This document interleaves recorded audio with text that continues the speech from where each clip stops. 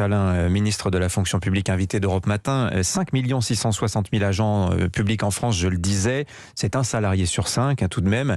Il y en a 2,4 millions qui travaillent pour l'État. Est-ce que c'est trop ? Certains à droite le pensent, avec des propositions chiffrées de réduction des effectifs. Éric Ciotti propose 250 000 suppressions de postes, Valérie Pécresse 200 000.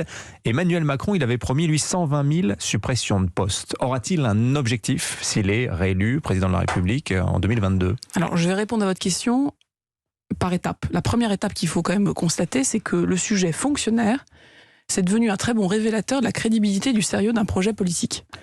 Donc Emmanuel Macron, en proposant 120 000, n'était pas crédible. Mais je vais y revenir en vous montrant pourquoi on ne s'est pas renié et ce qu'on voit pour la suite.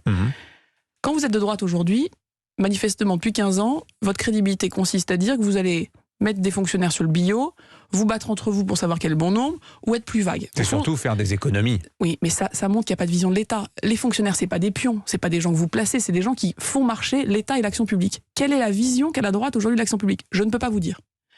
Et puis à gauche, vous avez une vision clientéliste, assumée comme telle.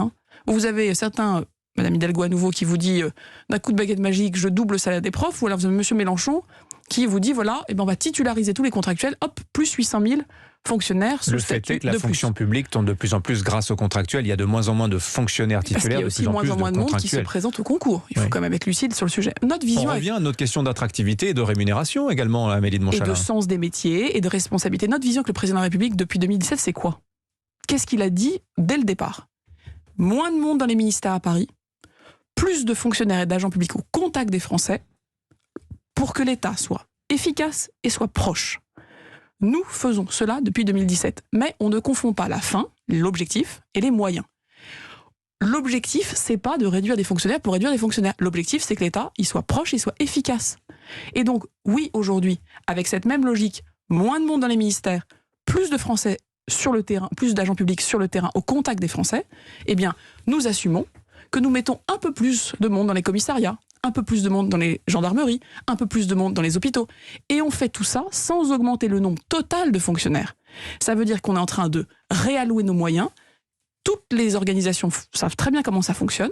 Vous vous réorganisez et moins de monde dans les ministères permet d'avoir plus de monde au contact. Donc les effectifs de la fonction publique ne sont pas un sujet à vous entendre pour Emmanuel Macron. Ce qui est certain, c'est que le président de la République... Objectif zéro suppression de postes. Sur ce sujet, comme sur tous les autres, quand il viendra le temps de présenter nos objectifs pour la suite, je peux vous dire une chose.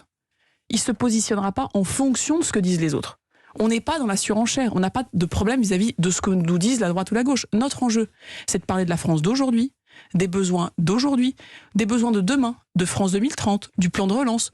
Comment l'État doit servir les Français et comment il met du coup les hommes et les femmes qui le servent au bon endroit.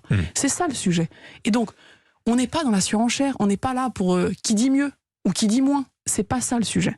Et je crois que les Français le voient très bien, cette proximité, cette efficacité, c'est ce qu'ils nous demandent, c'est ce qui m'occupe avec tous les agents publics toute la journée.